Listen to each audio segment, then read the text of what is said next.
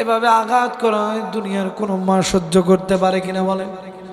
মা কাঁদতেছে, ঘোড়ার মতো চিৎকার দিচ্ছে। কেন যেন হঠাৎ করে দাসী আসিতে হেসে উঠলেন।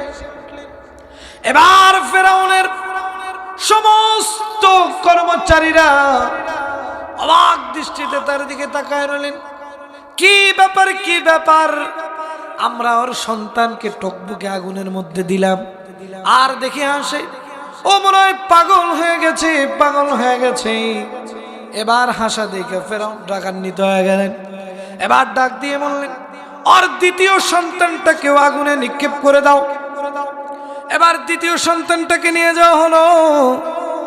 মাকে বারবার জিজ্ঞাসা করা হচ্ছে, তুমি ইসলাম ছাড়বা কিনা বলো। তুমি যদি ইসলাম না ছাড়ো তাহলে তোমার সন্তানকে ভিতরে নিক্ষেপ করা হবে। এবার সেই 6 বছরের সন্তান, আল্লাহ রাব্বুল আলামিন এই সন্তানের মধ্যে একটা ঈমানি তাজাল্লি ঢুকায় দিলেন। সেই সন্তান মাকে ডাক দিয়ে বলতেছে, ওগো মা, দুনিয়াতে তুমি একটু কষ্ট করো, আমাদের শোক একটু ভুলে থাকো গো মা। ও মা গো, তুমি যেটা টকবকে জ্বলন্ত আগুন দেখছো, ও গো মা, আমি তো সেইখানে জান্নাতের বিছানা দেখি গো মা। ও মা, তুমি কোনো চিন্তা করিও না গো মা, আমরা তোমার জন্য জান্নাতে অপেক্ষা করব। ও গো মা, তুমি কোনো চিন্তা করিও না। যখন বাচ্চারা এমন কথা শুনলেন, এমন কথা শুনিয়া এই যে দাসী মাসিতা আনন্দিত হলেন, উৎফুল্ল হলেন। তার মধ্যে কেমন যেন ইমানের জজবার একটু বেশি হলো। কথা বলেন ঠিক কিনা? যদি সন্তান, আপনার যদি ছোট সন্তান ইসলামের জন্য লড়াই করতে যাবে, যদি সে আপনাকে সাহস দেয়, তাহলে ইমান বাড়বে না কমবে? অবশ্যই বাড়বে। এবার মা ডাক দিয়ে বলতেছে, ও বাবা, তুমি চিন্তা করো না, চিন্তা করো না।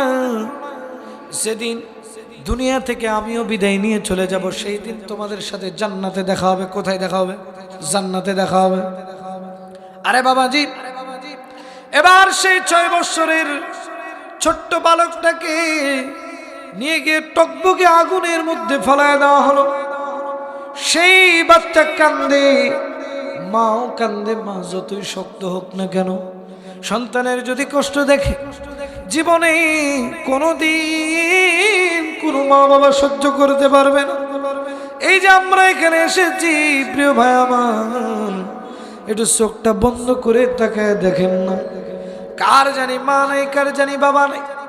যদি আজকে মা থাকতো, আপনি বাসায় গিয়ে দরজায় কড়া নাড়ার আগে আপনার স্ত্রীর আগে মা বের হয়ে আসতো। মা বের হয়ে আসা ডাক দিয়ে বলতো, বাবা, তুমি যতক্ষণ বাইরে ছিলে বাবা, আমার কেন যেন ঘুম নাই, আমার কেন যেন বুকটা পোড়ায়, আমার শুধু মনে হয় আমার বাবাটা কখন আসবে, আমি তখন নিদ্রাচ্ছন্ন হব। যখন দেখবেন কোনো মা বাবা যদি, সন্তান যদি কোনো বিপদে পড়ে, দেখবেন মা বাবা আগে থেকেই জানা যায়। প্রিয় ভাই আমার, একটু লক্ষ্য করেন, কার জানি মা নাই, কার জানি মা বৃদ্ধাশ্রমে আছে, কার জানি মা কবরে শুয়ে আছে, আমাদের জানা নাই। কোন দিন জানি আমাদের কবরে আযাব শুরু হয়ে যাবে, কোন দিন জানি আমার আপনার নামটা মসজিদের মাইকে এলান হয়ে যাবে। রে বাবা, আমার আপনার কোনো খোঁজ নাই, খোঁজ নাই। আমি আপনি কোনো সময়ে চিন্তা করি না, কবরে আযাবের চিন্তা করি না, কোন দিন জানি মৃত্যু হয়ে যাবে। এই যে আজকে আমরা যারা এসেছি, বসেছি, এমনও হতে পারে এই যে ডানে বামে বসা আলেম ওলামা রয়েছেন, শুনিয়ে দেখেন, আজরাইল এমন একটা ফেরেশতার নাম, যেই ফেরেশতা যদি কোনোদিন কোনো মানুষের কাছে আসে, উনি কখনো খালি হাতে ফেরত যায় না। একটু চোখটা বন্ধ করেন, দিলের কানটা লাগায় শোনেন। কোন দিন জানি আপনার নামটা এই যে মসজিদের উদ্যোগে যেহেতু মাহফিল মসজিদের মাইকে এলান হয়ে যাবে, কাফুরা গ্রামের সর্বোচ্চ টাকাওয়ালা মানুষরা আজকে দুনিয়া থেকে বিদায় নিয়ে চলে গেছে। দেখবেন দৌড়াদৌড়ি শুরু হয়ে গেছে, আপনার প্রাণের স্ত্রী কেন জানি বিলাপ করে কান্দে, আপনার প্রাণের সন্তান কেন যেন বাবা বাবা করে গড়াগড়ি করতে থাকবে। আপনাকে আর নাম বলে ডাকা হবে না, আপনার নাম হয়ে যাবে লাশ। আপনার হতে পারে 100 কোটি টাকা, তারপরে দেখবেন আপনার নাম হয়ে যাবে লাশ।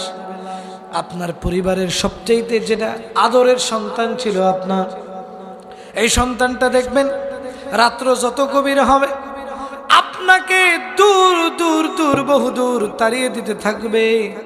প্রিয় ভাই আমার, লক্ষ্য করে দেখবেন যেদিন আপনি মারা যাবেন, আপনি যেদিন মারা যাবেন সবচেয়ে আপনার কাছের লোকগুলো আপনাকে সুন্দর মতো চকলেটের মতো মোড়াইয়া দিয়া কবরের দিকে নিয়ে যাবে। সেই দিন কিন্তু কেউ আপনার দুশমন থাকবে না, সবাই আপনার বন্ধু হয়ে যাবে। যার সাথে 20 বছর কোনো কথা বলেন নাই, সেও যখন আপনার মৃত্যুর খবরখানা শুনবে দেখবেন দৌড়ে আসবে, আইসা বিলাপ করে করে কান্না শুরু করবে। বিলাপ করে করে কাঁদবে, আপনাকে কবরের দিকে নিয়ে যাওয়া হবে। আপনার রূহখানা আরশে মুআল্লায় চলে যাবে। আপনার বডিখানাকে কবরের মধ্যে রাখার জন্য প্রস্তুতি গ্রহণ করা হবে।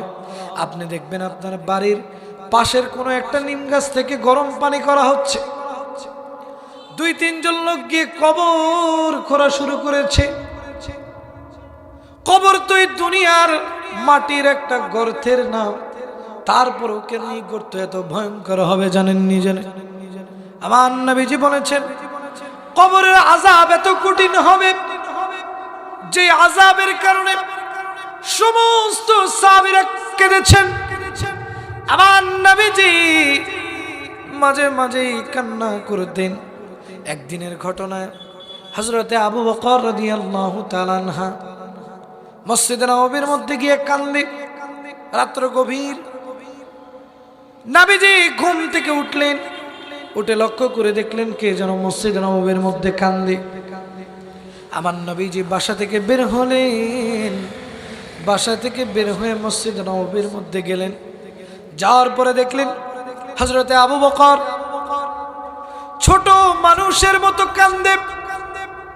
আমার নবীজিকে দেখার পরে কেন যেন ফিক পেরে পেরে কান্দে।